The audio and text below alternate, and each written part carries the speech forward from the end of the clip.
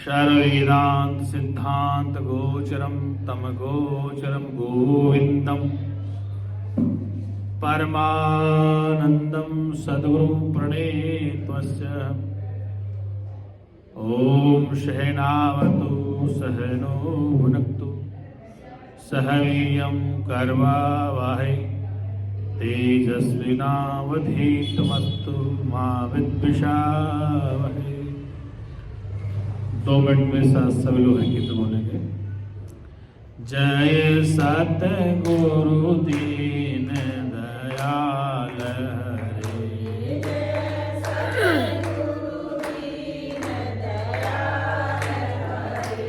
जिनने भव सागर पार करे,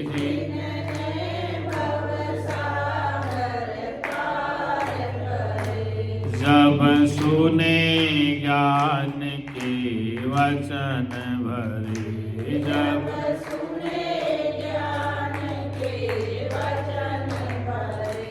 दुख देने वाले कष्ट टरे, दुख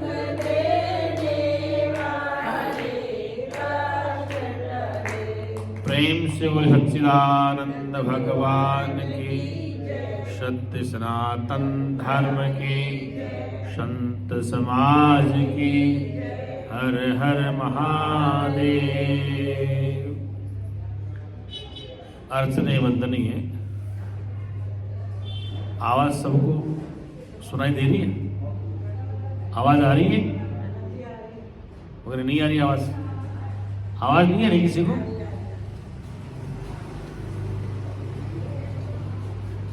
तो ये मानव शरीर जो आप हम सबको प्राप्त हुआ है, इसका मिलना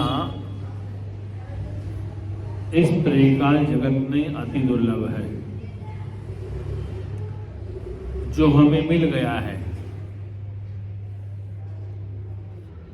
क्योंकि वेद शास्त्रों का यह मत है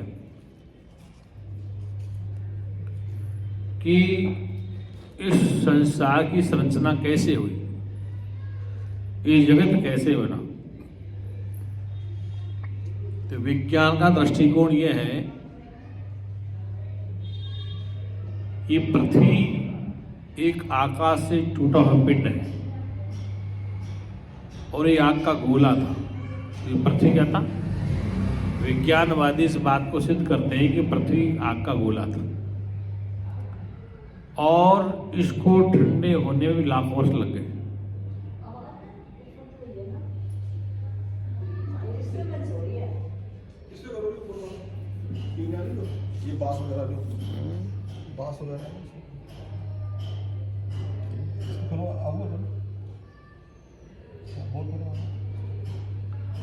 तो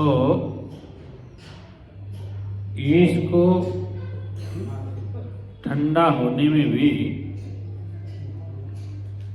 लाखों वर्ष लग गए पृथ्वी को, और उसके बाद इस पृथ्वी में वनस्पतियां बारिश के कारण हुई। वनस्पति में पेड़ पौधे इत्यादि, फिर समुद्र, तालाब, पहाड़, ये सब बने।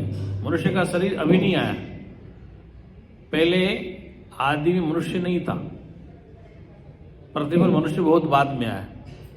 ऐसे विज्ञान ने सिद्ध कर दिया कि मनुष्य से पूर्व इस पृथ्वी पर जीव जंतु आए जिनका आज अस्तित्व में नहीं है। बहुत बड़े विशालकाय प्राणी पैदा हुए, जैसे डायनासोर का नाम सुना है लेकिन देखा नहीं। इतना बड़ा विशाल प्राणी, हाथी से भी कई गुना बड़ा।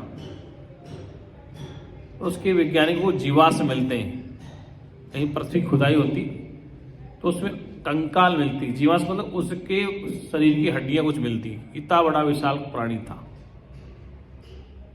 तो मनुष्य का निर्माण तो बहुत वर्षों बाद हुआ। मनुष्य का यदि पूर्व का स्वरूप देखना चाहें तो चिड़ियाघर में चिंपांजी नाम का व्यक्ति होता है, चिंपांजी बोलते हैं, जिसको आदि मानव भी कहते हैं, चिंपांजी। उसकी बुद्धि विकसित नहीं है, उसका शरीर बड़ा विशाल। आपने इस बात से ये सिद्ध कर दिया कि मनुष्य बाद में पैदा हुआ और जानवर पहले पैदा हो गए। सृष्टि के आदि मनुष्य नहीं था। मनुष्य का विकास तो लाखों वर्ष बाद हुआ है। प्रकृति थी पहले, पृथ्वी आग का गोला था, यह लाखों वर्ष में ठंडी हुई है, इसमें पेड़ पौधे वनस्पति पैदा हुए हैं, और वेद भी कहता है कि सबसे पहले पशु पैदा हुई। ये आवाज क्लियर नहीं आ रही क्या? कभी कभी गड़बड़ करती है, ये मशीन की गड़बड़ है। तो ये मनुष्य लाखों वर्ष बाद आया, और जब मनुष्य आया तो उस समय इस मनुष्य के पास कुछ पहनने को वस्त्र भी नहीं थे, इसकी बुद्धि इतनी विकसित नहीं थी जो आज है।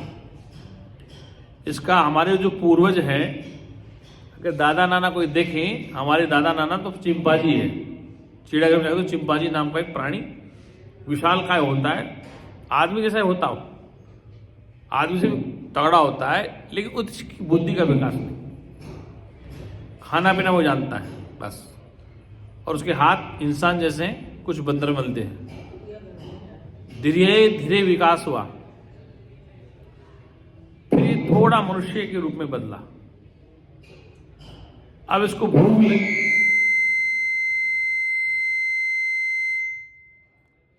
क्या गड़बड़ है? तार में गड़बड़ है क्या? नहीं, तार वार कहीं निकल गया क्या? पीछे वाली तो जब इसको भूख लगी तो उस समय कोई अन्न पैदा नहीं होता था, लेकिन जंगल वनस्पति थी, तो उस वनस्पति को खाता था। जो फल मीठा लगता था उसको खा लेता था, वो कड़े को खाई देता था। फिर बाद में इसमें से कुछ जीव फलाहारी बने, कुछ लोगों ने मांस भक्षण करना चालू कर दिया। उस समय अग्नि का आविष्कार नहीं हुआ था, अग्नि का आविष्कार नहीं हुआ था, तो आदि मानव फल भी खाता था, वस्त्र नहीं थे पहनने के लिए, कपड़े का आविष्कार नहीं था। उस समय ये जंगली जानवरों को कच्चा ही खा जाता था।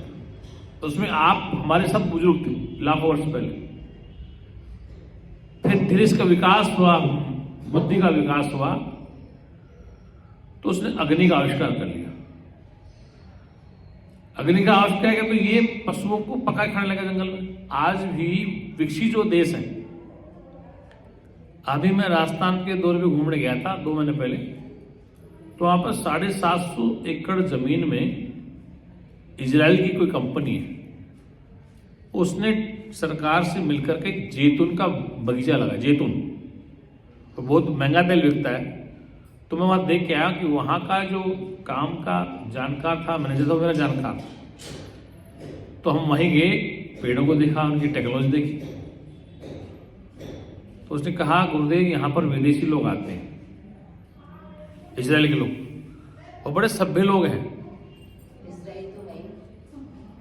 और 7-7 फुट हाइट उनकी।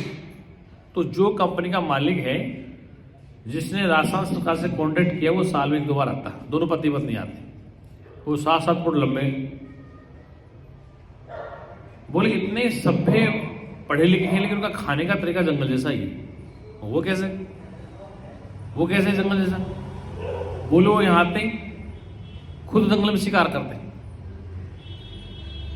शिकार करके वो आज भी आदि मानव जैसे उस शिकार को पकाते हैं आग में, ऐसे पकड़ के, और उस शिकार को पका के उसमें जैतून का तेल डालते हैं, जैतून का तेल डालते हैं और खाते हैं। मतलब पढ़े लिखे होते भी आज भी वो वैसे खाते हैं जैसे जंगली खाते हैं। मतलब उसको शिकार को सीधा आग में पका के उसमें जैतून का तेल डाल जाएंगे, और दोनों पत्नी को दिखाते बैठे बैठे। हम देखते थे इससे बच्चा तो हम ही ठीक है। तो पढ़े लिखे हैं, इजराइल बहुत बड़ी टेक्नोलॉजी है, लेकिन आज भी उनका खाने का तरीका वही है। तो ये बता रहे हैं कि आदि में मनुष्य ऐसे ही खाता था। फिर धीरे धीरे इसको कपड़े का जब ज्ञान नहीं था तो जंगल में ऐसे पत्ते होते हैं बड़े बड़े, जैसे साउथ में जब भंडारे तो पत्तल नहीं थी, वहां केले के पत्ते डाल देते। केले के पत्ते को काटा, एक पत्ते के 3 पत्तल बनाते, तो उन पत्तों को ही आदमी बदन को ढक लेता है, स्त्री को कुछ नहीं था। फिर धीरे धीरे कपड़े पहनने का होश हुआ उसको, फिर आग का आविष्कार हुआ, फिर इसके बाद पहिए का आविष्कार हो गया। पहिया नहीं होता साइकिल जैसा, उसका आविष्कार हुआ। उस पहिए के आविष्कार से भी टेक्नोलॉजी आ गई। तो प्राचीन हमारी जो बैलगाड़ी होती थी उसके पहिए लकड़ी के होते थे, उसमें रबड़ का आविष्कार नहीं था। राजा महाराज की बग्गियां जो चलती थी उसमें लोहा उपयोग होता था, लकड़ी उपयोग होती थी, रबड़ नहीं था। फिर रबड़ का उपयोग बाद में हुआ। तो कहने का तात्पर्य है कि इस मानव का विकास क्रमबद्ध तरीके से हुआ। लाखों वर्ष तो उसको विकास में लग गया। भगवान की बात छोड़ो, बाद में भगवान की चर्चा अभी नहीं चल रही। अभी तो केवल वह जंगल में रहकर अपना उदर पूरज कर रहा है, संतानें बना रहा पशु पक्षी तरह। अभी उसको आवाज का नहीं पता। तो हमारा मनुष्य का विकास एक क्रम से हुआ है। ये डार्विन का सिद्धांत विज्ञान का, हम क्रम से बढ़े आगे। तो बढ़ते बढ़ते अब आए तो फिर थोड़ा बुद्धि का विकास हुआ। क्या हुआ? फिर थोड़ा बुद्धि का विकास हुआ। और बुद्धि का विकास होने से ये व्यक्ति कपड़े पहनने लगा, घर बना के रहने लगा। फिर इसने सबसे पहले मनुष्य ने देवता की पूजा नहीं की थी, इसने प्रकृति की पूजा की थी। इसकी नदी बहने उसकी पूजा कर ली, बड़े वृक्ष की पूजा कर ली, फिर विकास में फिर सूर्य की पूजा कर ली, फिर चंद्रमा की पूजा कर ली। मतलब ये प्रकृति देवताओं को पूजता था। उस समय वेद में चर्चा आती है, उपनिषदों में चर्चा आती है कि धीरे धीरे इसमें एक भगवान को मानने की प्रथा प्रारंभ हो गई। क्या कि ये आकाश में सूर्य उदय होता है, इसको वो सत्ता देने वाला है, सूर्य की आराधना करते हैं, चंद्रमा की पूजा करते हैं। फिर जो नदियां बहती उनका पूजा पाठ करने लगा, फिर बड़े बड़े पेड़ पौधों की पूजा करने लगा, फिर पशुओं की पूजा करने लगा। तो पूजा पद्धति किसी भगवान ने नहीं चलाई। जितनी पूजा की पद्धतियां हैं, पीपल को पूजना, गंगा को पूजना, जमुना को पूजना, हिमालय को पूजना, अरावली पहाड़ों को पूजना, जमुना, सब नदियों की पेड़ों की पूजा मनुष्य ने चलाई। और हमारे वेद शास्त्र उपनिषदें भरी पड़ी। फिर इसने कल्पना करी कि इंद्र का कोई एक स्थान है जहां पर वो रहता है, वो वर्षा करता है, तो हमारे खेत में फसलें होती। ये कल्पना कर ली मनुष्य ने।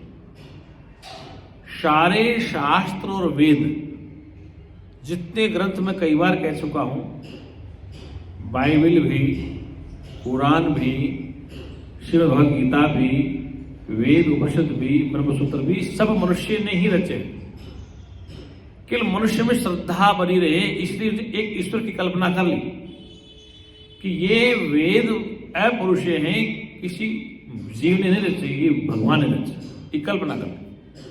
जिसे हम कहते हैं कि गीता भगवान के मुखारबिंद से प्रकट हुई है, श्रीमद् भगवद गीता कृष्ण के मुखारबिंद से प्रकट हुई है। अब कृष्ण कौन है? देवी वसुदेव के पुत्र हैं, वेद व्यास हैं, उन्होंने वेदों की रचना की है।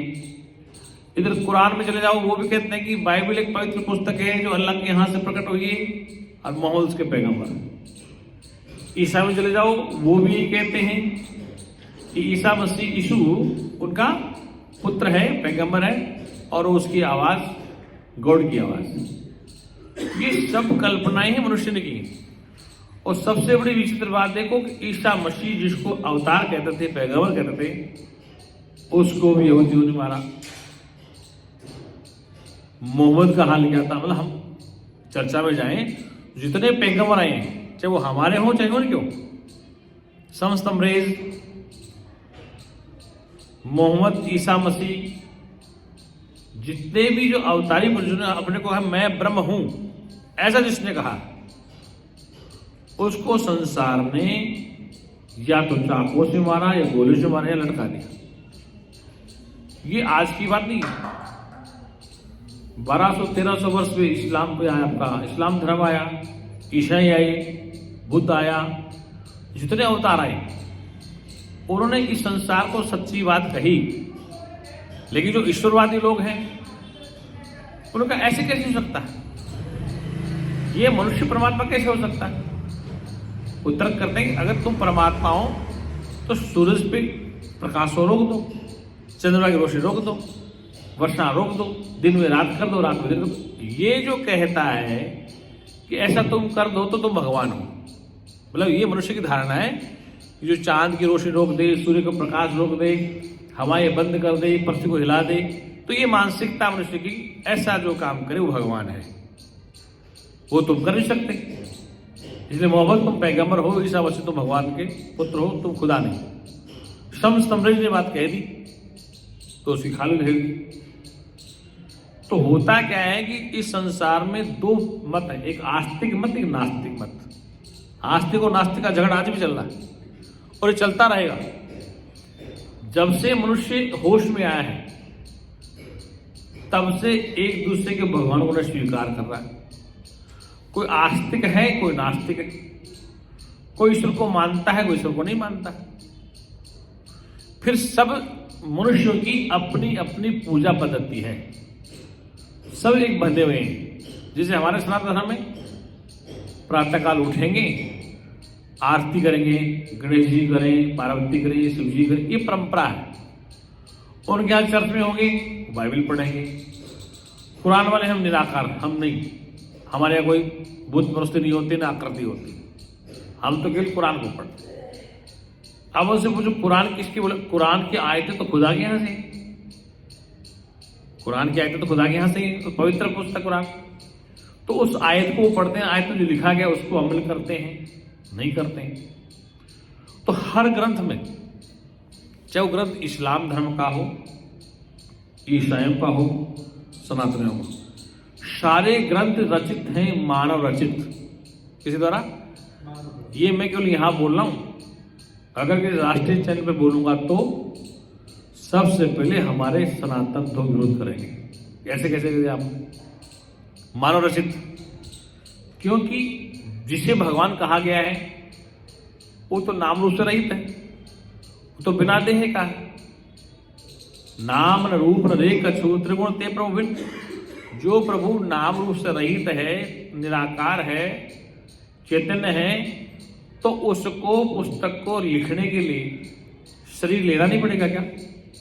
शरीर लेगा, राम भी शरीर लेके आए, कृष्ण शरीर लेके आए, बुद्ध, महावीर, पैगंबर, मोहम्मद और यीशु मसीह सब देह में आए। तो कुल मिला के जिसे अल्लाह कहा, जिसे भगवान कहा, जिसे गॉड कहा है, वह एक निराकार शक्ति जब शरीर लेके आई और शरीर के द्वारा सब काम हो रहे हैं। जैसे अभी कुछ वर्षों पहले 2013 में जब मोदी सत्ता में आए सरकार में, तो उन्होंने कहा मोदी ब्रह्म है, ब्रह्म का अवतार है। ये लोगों ने कहना चालू कर दिया, मोदी जी ब्रह्म है, ब्रह्म का अवतार है। और लोगों ने हर हर मोदी कर दिया, हर हर मोदी, घर घर मोदी। ये किसने कर दिया? उनके समर्थन कर दिया। तो उसको ब्रह्म का अवतार बनाना चाह रहे। शंकराचार्य स्वरूपानंद ने विरोध कर दिया, जगत गुरु शंकराचार्य स्वरूपानंद ने विरोध कर दिया। ऐसा मत कहो, ये शिव नहीं है। किसने कहा? जगत गुरु माने दरबार शंकराचार्य स्वरूपानंद ने, ये शिव नहीं है ऐसा। तो उन्होंने कहा कि ये शिव नहीं है। फिर अब जो शंकराचार्य से पूछा गया, तो कहने का तात्पर्य है कि अगर मोदी जी ब्रह्म के अवतार तो आप किसके अवतार हैं? मतलब देश का प्रधानमंत्री ब्रह्म का अवतार, और तुम किसके अवतार हो? कहने का तात्पर्य सभी उसी से बने हैं, उसी के सहारे हैं, उसी में लीन हो जाएंगे। अब बात कौन के? लेकिन जो विशिष्ट गुण लेके कोई आता है, संत रूप में, राजनेता के रूप में, या किसी समाज सुधार के रूप में, तो आने वाले उसके जो अनुयायी हैं, जो फॉलोअर्स हैं, उसको भगवान कह देते हैं। क्या कह देते हैं? भगवान कह देते हैं। जैसे भगवान कृष्ण को भगवान कहने वाले कौन हैं? जो उनके अनुयायी हैं, जो गीता को स्वीकार करते हैं। अभी हाल में ही एक रजिश नाम का आचार्य आया, फिलोसफी का प्रोफेसर, उसके अनुयायी ने उसको भगवान रजेश कहना चालू कर दिया। जो उसकी वाणी को पसंद करते हैं, उसके साहित्य को पढ़ते हैं, उसकी भाषा को स्वीकार करते हैं, उनने सबको भगवान श्री रजेश कहना चालू कर दिया। अब इसमें क्या विरोध है? भाई उनकी श्रद्धा है, वो भगवान के अवतार कहें, ब्रह्म कहें, शिव के, कुछ भी कहें। ऐसी जितनी परंपराएं हैं। कल मेरा प्रवचन था गुड़गांव में, ये क्या नाम है, ब्रह्म कुमारियों का रिट्रीट सेंटर पर। तो वहां पर कल 3-3 मिनट दी थी, प्रोग्राम आज भी कल भी, लेकिन मुझे सत्र में आना पड़ा। तो वहां भी मैंने इस बात को कहा। तो कहने का प्राय यह है कि अब वो 140 सेंटर पूरे वर्ल्ड में उनके 140 सेंटर चलते देश विदेश में उनके 140 सेंटर हैं उनके विदेशों में तक, मतलब केंद्र है उनके 140 देशों में, 140 कंट्री में उनके सेंटर चलते हैं इनके ब्रह्म कुमारी जी। और उनमें अधिकतर काम माता बहन महिलाएं करती हैं, ब्रह्म कुमारी करती हैं। जब पीछे में कौन है डायरेक्टर? पुरुष हैं, वो भी हैं उनके संग, मतलब दोनों मिलकर के संस्थाएं चला रहे हैं। अब वो भी इस बात को कहते हैं कि शिव बाबा है। क्या कहते हैं? शिव बाबा। मतलब फिर बाद में कल एक संत ने उनका नाम उच्चारण किया, लेखराज जी महाराज। शिव बाबा का नाम, ग्रस्त का नाम लेखराज जी महाराज थे। वो लेखराज एक व्यापारी थे, जो भी करते हैं सोने चांदी का व्यापार करते। धीरे धीरे वो बढ़े आगे, यहां तक कि वहां पर ब्रह्म विद्या नहीं है। मैं कई बार मंच पे जा चुका हूं। एक बात कहूंगा कि व्यवहार की सत्ता और व्यवस्था ही उनकी सबसे बेस्ट, मतलब कि या तो किसी जमाने बुद्ध के काल में हुई थी मठों में। बुद्ध ने कहा था कि अब महिलाएं मठों में आ गई, व्यवस्था खराब होगी 500 साल बाद। उनके अभी महिलाएं दूर हैं, पुरुष दूर हैं, अलग अलग क्वार्टर में बने। और जो वो संस्था जो यहाँ की है गुड़गांव की, उसकी जो हेड है वो भी ब्रह्मा बाबा के साथ रहे थे। वो कहीं चार्टेड अकाउंटेंट, 92 ईयर्स ओल्ड, मेरे रात की मुलाकात है उससे, तो 92 ईयर्स ओल्ड है। तो चार्टेड अकाउंट का काम छोड़ के वो समाज सेवा लगे। तो उनकी बड़ी प्रशंसा है। मेरा इंटरव्यू कल टीवी पे आएगा उनका, 10 मिनट का मैंने इंटरव्यू ले रहा ना। तो मैंने जो बातें कही, क्योंकि देखो किसी के घर में रहकर थूक नहीं सकते, किसी ने हमें मेहमान बन के बुलाया है तो हम उसके घर में थूक नहीं सकते। उनकी बात थोड़ी कहनी पड़ेगी, बड़ी भी कहनी पड़ेगी जो कहना था। तो कहने का तात्पर्य कि उनके जो अनुयायी हैं वो भी उनको शिव का अवतार बताने लग गए। जब सनातनी वहां पहुंच गए मंच पर, तो उन्होंने कहा कि शिव नाम तो कल्याण का है। तब किसी संत ने कहा कि लेखराज जी महाराज। अब वो क्या कि शिव बाबा नहीं बोले उन्होंने, वो ब्रह्मा बाबा। सुनो, शिव बाबा ब्रह्मा बाबा, यार हमारा बाबा नहीं चल रहा है। हेलो हेलो, या तो लगता है कि मशीन गड़बड़ हुई बस।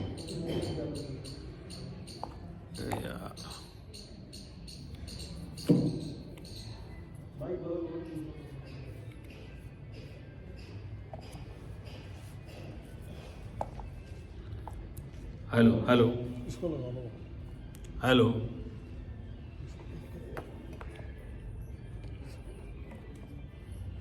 हेलो, यही रहने दो। अच्छा ये निकाल दिया, ठीक है छोड़ दो, ठीक है हेलो हेलो। तो क्या हुआ? तो वो भी अब उसको शिव बाबा या ब्रह्मा बाबा कहने लगे।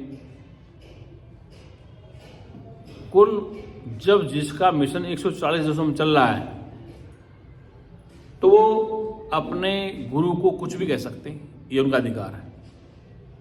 और उन्होंने कुछ करके दिया है, गुरु से ज्यादा उन्होंने संस्था को बढ़ाया। अब वो ये कह रहे हैं कि वर्तमान युग में जो धर्म का पतन हो रहा है, इस विषय पर आप क्या कहेंगे? मुझसे प्रश्न पूछा कि वर्तमान काल में धर्म की जो ग्लानि हो रही है, इसके आप क्या कहेंगे? अब उनको वो बात कहूंगा ऊपर वाली जो हम गुरुजी सुनते हैं, तो वो तो बेचिड़ जाएंगे इस बात से। इसलिए मैं गीता का श्लोक लेके कोई बात कही कि धर्म कभी घटता बढ़ता नहीं है। केवल भारत में ही समस्या है कि धर्म घटता बढ़ता, और श्लोक कह दिया गीता में, यदा यदा धर्मस्य ग्लानिर्भवति भारत अभ्युत्थानम् धर्मस्य तदात्मानं सृजामि। तो धर्म क्या है? यहाँ पर व्यवस्था है। महाभारत काल में क्या था? एक भाई दूसरे भाई का हिस्सा खा रहा था, बस वही धर्म रहता था। एक भाई दूसरे भाई का हिस्सा खा रहा था, वो देना नहीं चाहता, तो धर्म खतरे में था। धर्म ये तो था कि दुर्योधन था, वह पांडवों को हिस्सा नहीं देना चाहता, और उसी को धर्म से जोड़ दिया। वो उनका हिस्सा खा रहा था, बेईमानी कर रहा था, उसको धर्म जोड़ दिया। तो यदा यदा धर्मस्य ग्लानिर्भवति भारत, अभ्युत्थानम् धर्मस्य तदात्मानं सृजामि। कि जब जब धर्म की हानि होती है, तुलसीदास ने उसी बात को कह दिया रामायण में। श्रीमद् भगवद गीता कितने वर्ष पहले कही गई? 5200 वर्ष पहले। 500 साढ़े 500 वर्ष तुलसीदास जी आए, उन्होंने उसी श्लोक को लेकर रामायण कह दिया। जब जब हो ये धर्म की हानि, बढ़े असुर अधम अभिमानी, तब तब धरे प्रभु विविध शरीरा, हरे कृपा निधि सज्जन पीरा। श्लोक गीता का है, किसका है? और उसको तुलसीदास ने रामायण में लिख दिया। इसका मतलब तुलसीदास ने रामायण पढ़ करके उसको अवधि भाषा में ट्रांसलेट कर दिया। तो कहने का तात्पर्य है कि धर्म घटता बढ़ता कहाँ? हमारे व्यवहार को ही धर्म कह दिया गीता में। जबकि वहां पर धर्मराज युधिष्ठिर बैठे। धर्मराज कौन बैठे? युधिष्ठिर। अब धर्मराज कह दिया गया, युधिष्ठिर क्या करे धर्मराज? कि जुआ खेल लें। तो धर्म के राजा युधिष्ठिर क्या खेल लें? जुआ खेल लें। हम जुआ तो कहेंगे उसको, भाई द्वित क्रीड़ा थी। एक धर्मराज है और द्वित क्रीड़ा खेलने, तो क्या वो मना नहीं कर सकते थे? बिना पूछे भाइयों को, बिना पूछे, जिसका पत्नी का अधिकारी था उनका, तो द्रौपदी शादी स्वयंवर अर्जुन ने की थी, नहीं युधिष्ठिर ने की थी। बिना भाइयों को पूछे, बिना द्रौपदी को पूछे, सबको दांव पे लगा। तो ये क्या धर्म था? इसलिए हमारे शास्त्रों में, पुराणों में कुछ बातें ऐसी हैं जिनको समाज में बोलना भी ठीक नहीं है। कि दूसरे लोग इस बात पर प्रश्न करते हैं कि आप उसको धर्मराज कैसे कहते हैं? ये तो ओशो ने अपनी पुस्तकों में लिख दिया, प्रवचन बोल गया है? तो वो तो कह रहा वो धर्मराज है, वो तो जुआरी था, सटोरिया था है। तो उन्होंने कहा कि वो तो धर्मराज नहीं था, वो तो सटोरिया था, जुआरी था, आप उसको सब धर्मराज कह रहे। तो कहने का तात्पर्य है कि कुल मिला के गीता का धर्म फिर मानवता पे आ जाता है। किस पे आता है? इसलिए इन लोगों ने मानव व्यवहार को उच्च कोटि में रखा। मैं कई बार उनकी संस्थाओं में जाता हूं, कई बार माउंट आबू का निमंत्रण आता है, लेकिन मैं अपने प्रोग्राम कर नहीं जा सकता। जैसे एक बार रविवार का प्रोग्राम था, आपको आना है, हम टिकट देंगे आपको आने जाने का, लेकिन मैं नहीं आ सकता। आज भी वहाँ प्रोग्राम है, कल भी अलग अलग सेशन चलते हैं, तो अलग अलग पॉइंट बोलना पड़ता है। लेकिन उनके पास संसाधन है, यंत्र है, टेलीकास्ट प्रोग्राम होता है। अब वो ऐसा यहाँ तक कैसे पहुँच पाए? उन्होंने ब्रह्म विद्या राज विद्या योग को नहीं बांटा है। राज विद्या योग की तो वो छाया में भी नहीं है। मैंने अंदर जाकर देख लिया, शिवानी को भी देख लिया, बेटे सबको देख लिया। केवल वो व्यवहार को टॉप समझते हैं, और होना भी चाहिए। जब हम मंच से उनके मंच पे जाते हैं, कई बार हम जाते हैं, तो ऐसा हमें फीलिंग्स होता है कि ये संस्कार हमारी संस्था में क्यों नहीं आ रहे। उनके मंच पे जब हम जाते हैं, उनका रिसेप्शन का तरीका, उनका बिठाने का तरीका, उनका बोलने का तरीका, उनका स्वागत का तरीका, मतलब एक ट्रेनिंग सेंटर है उनका। वो ट्रेनिंग कहाँ चली? ब्रह्मा बाबा से चलती आई, और उनके पास सब बुद्धिजीवी पढ़े लिखे लोग आ रहे हैं।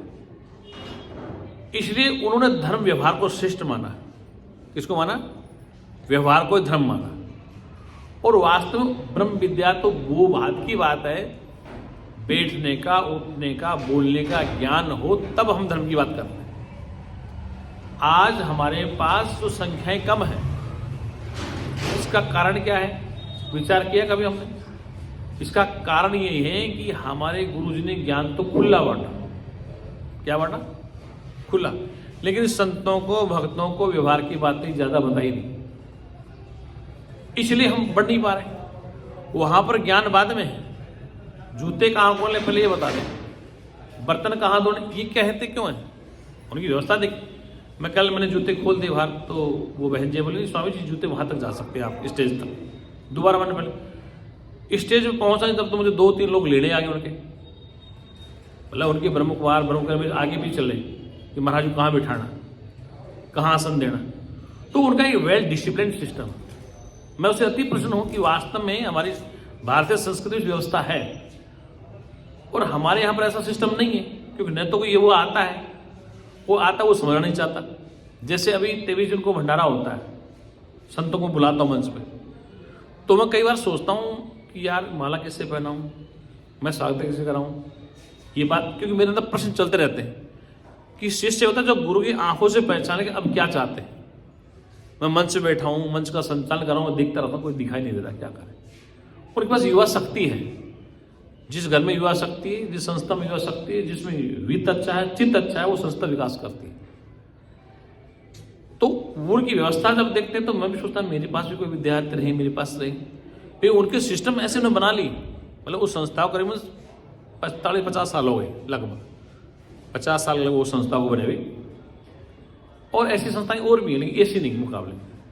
तो कहने का था व्यवहार ही धर्म है, और व्यवहार में आज तक, हम धर्म की बात है, व्यवहार में आज तक अवतार भी सही सिद्ध नहीं हो पाए। जैसे दृष्टांत ले भगवान राम का, युद्ध तो बाली और सुग्रीव में हो रहा था, युद्ध तो बाली और सुग्रीव में हो रहा था, भाइयों में हो रहा था।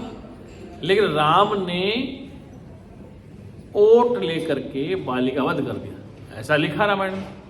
तो क्या धर्म था कि ओट लेके किसी योद्धा को मारा जाए? धर्म था? उसको दूसरी कहा करना, पेड़ की ओट में आके भगवान राम ने बाली का वध कर दिया। लड़कों ने तो 2 भाई, तो इसको मैंने मर्यादा कहते हैं। तो कहने का अभिप्राय यह है कि व्यवहार में, इस सृष्टि में धराधाम पर कोई ऋषि मुनि अवतार ठीक सिद्ध नहीं हो पाया, न होगा। लेकिन फिर भी व्यवहार ठीक होना अति आवश्यक, क्योंकि उनका व्यवहार ठीक है, बैठना उठना ठीक है, बोलना चालना ठीक है, उनको सिखाया जाता है।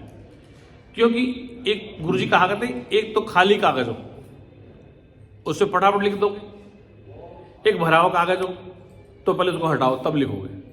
जैसे मोबाइल में सामान इकट्ठा हो गया, वो डिलीट नहीं करोगे जब तक कोई मैसेज नहीं आएगा। तो जो भरा पड़ा उसको डिलीट मारो पहले, फिर तो नया जाएगा। या बिल्कुल नया हो तो मेमोरी फुल होगी तो डिलीट मारो। ऐसे ही उनके पास नए कागज के विद्यार्थी और युवा शक्ति आती है, तो उस नए दिमाग को फौरन कैच कर लेते हैं। और हर व्यक्ति डिसिप्लिन से रहना चाहता है, व्यवस्था रखना चाहता है। तो कहने का अभिप्राय है कि वो गुरुकुल से सिखाया जाता है। जिस गुरु के पास हम पढ़ें लिखें जाएं तो वो तो सिखाता है बैठना उठना था, चाहे विद्यालय गुरु हो, विश्वविद्यालय गुरु हो, चाहे कहीं का गुरु, वो बैठना उठना बोलना चालना सिखाएगा, भोजन करना। और गुरुकुल में बच्चों को, अब जैसे मान लो कि 200 संतों को भोजन कराना है, आप वृद्ध हो गए, आप में चाहे युवा ही कौन हो, लेकिन वो भी नहीं करा सकता क्योंकि उनको डेली का अभ्यास नहीं है। गीता कुटी में अभी शाम को 5 बजे भोजन पंक्ति होगी 2000 संतों की, कम से कम 2-2,500 संत डेली शाम को भोजन करते हैं। 2-2,500 संतों को 15 मिनट में भोजन करा के बाहर निकाल दिया जाता है, और आवाज नहीं आती, सुई डालनी। उनके पास 50-60 विद्यार्थी ऐसे ट्रेंड हैं, वो फटाफट थाली, फटाफट पानी और 3 बार पुरस्कार, बस 4थी बार नहीं आएंगे वो।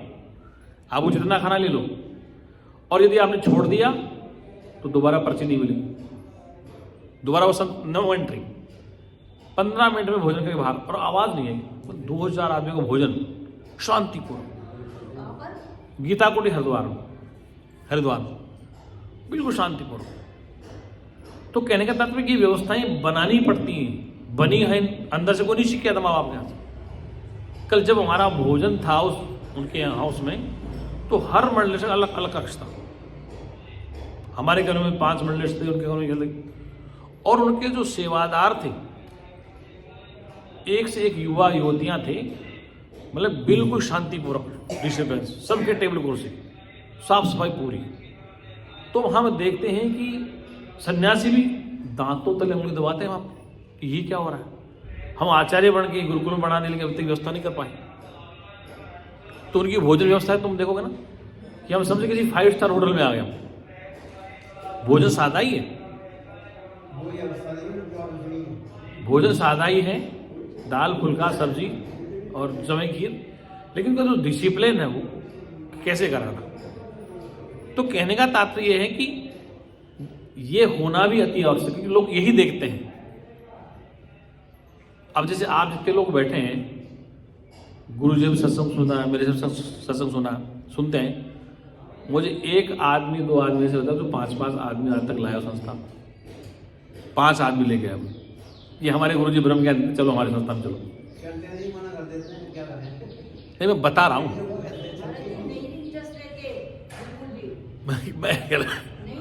रमन जी ने 1-2 भेजे पहले तो गोपालानंद को भेजा उन्होंने, फिर असंगानंद को भेजा, असंगानंद देवेंद्र को भेजा, 2-3 तो लोग मेरे पास आए।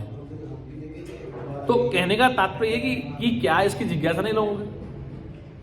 वास्तविकता तो यही है कि ये सारा जगत आंखों से देखता है, और आंख से जो दिखाई देता है उसी को सत्य मान लेता है। आंख जो दिख रहा है उसको सत्य मान लेता है, जबकि आंखों से दिखा संसार सत्य नहीं है। जो नहीं दिखता वो सत्य है, जिसके द्वारा देखा जाता वो सत्य है। जो दिखता है वो सत्य नहीं है, जो देख रहा है वो भी सत्य नहीं, जिसके द्वारा देखा जा रहा है वो सत्य है। भाई संसार को आंखें देखती, आंख सत्य नहीं है। आंख के पीछे कोई देखने वाला वो सत्य है। जानती बुद्धि है, बुद्धि सत्य निर्णय लेती है, लेकिन बुद्धि के पीछे तो बैठा वो जानने वाला है। इस शब्द का जानने वाले को जानो, क्योंकि आप सभी लोग पुराने इस सत्र से चर्चा न करके सीधी पूरी पॉइंट बात करते। जानने वाले को जानो, देखने वाले को देखो। तो ये क्या है सिस्टम कि हम उस जीव को उस अवस्था में पहुंचाना चाहते हैं